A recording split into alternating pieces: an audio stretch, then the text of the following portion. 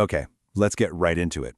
We're going to talk about something pretty amazing today, a high-tech revolution that's happening in, of all places, the ancient world of textiles. Yeah, you heard that right. We're talking about how old-school looms are actually learning to think, all to create the perfect piece of fabric and get us closer to a future with zero waste. So let me ask you this. What does a perfect bolt of fabric have in common with, say, a perfectly tuned guitar? Well, it really all boils down to one single crucial thing: tension.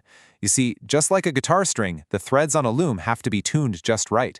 If they're not, the whole piece just falls apart.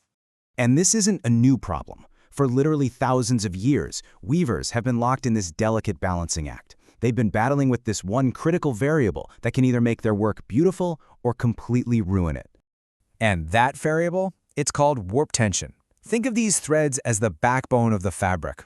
They're the ones stretched lengthwise across the entire loom. And getting their tension right, well, it's everything. It's a classic Goldilocks problem, you know? If the tension is cranked up too high, the threads literally snap and the whole machine just grinds to a halt. But if the tension is too loose, you get ugly defects, the weave isn't clean, and things can jam up. It has to be just right. So how in the world do you solve a problem that's been around for centuries? Well, you start by doing something weavers of the past could only dream of. You build a perfect mathematical model of the machine, what we now call a digital twin, so you could see exactly what's going on. And that's precisely what a team of researchers did. They built this incredibly detailed computer simulation that could calculate and actually predict the warp tension based on every single tiny movement and setting on the loom. Now, what's so cool is how they managed to simplify this super complex machine. They realized you could boil it all down to just 4 critical points that determine the length and, by extension, the tension of the threads. You can literally trace the yarn's journey from the backrest at P1 through the warp stop and heddles at P2 and P3, all the way to where it becomes fabric at P4. These 4 points, they tell the whole story. Okay, so now you have this perfect digital loom. Awesome. But there are basically infinite combinations of settings you could use. So how do you find the absolute best one, the perfect sweet spot? Well, that's when you call in the algorithms. The team basically unleashed 2 different, really powerful optimization algorithms on their digital model. The mission was clear: search through every possible combination to find the one set of parameters that would give them the lowest and, just as importantly, the most consistent warp tension possible. And they took 2 really different paths to get there. On one hand, you have the genetic algorithm. It works kind of like natural selection, testing generations of solutions to find the absolute best one, the global optimum. It's super thorough, but it takes time. On the other hand, there's the gradient-based method. The best way to think of this one is like letting a ball roll downhill. It's incredibly fast at finding the nearest low point, the local optimum. And when they put them to the test, wow, the difference in speed was just staggering. This super thorough genetic algorithm, it took 300 seconds. That's a full 5 minutes to find the best answer. But the gradient-based method, it found a practically identical solution in under 10 seconds. On a busy factory floor, that difference in speed is an absolute game changer. All right, here we go. This is the moment of truth. All the theory and the computer simulations are fantastic, but does any of it actually work on a real, physical, clanking weaving machine? It's time to put the code to the test. So first, the researchers took a baseline reading on a real loom, just as it was. The average warp tension was humming along at over 132 centinewtons.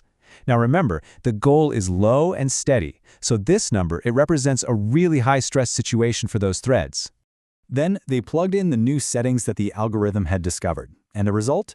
The average tension plummeted to just over 106. That is a huge reduction in stress, which means you have a much happier, much more stable weaving process. But here's the real kicker. The final verdict from the research paper says it all. This wasn't just about getting a lower number on a screen.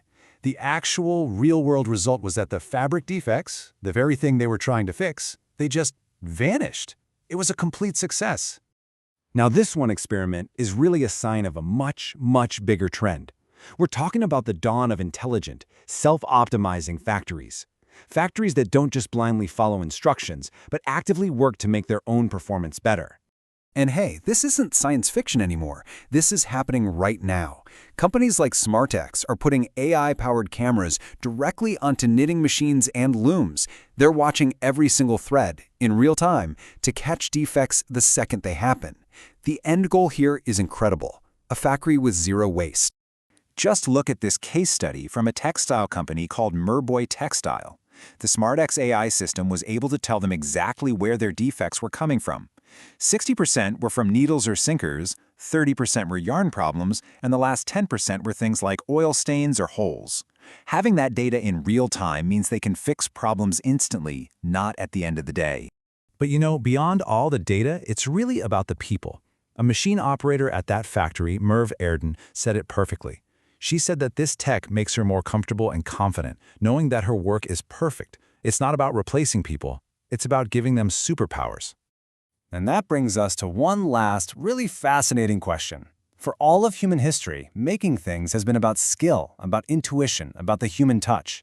But as our machines start to learn how to perfect these ancient crafts all by themselves, it really forces us to wonder, what does the future of making even look like? What's our role when the loom itself knows the secret to perfection?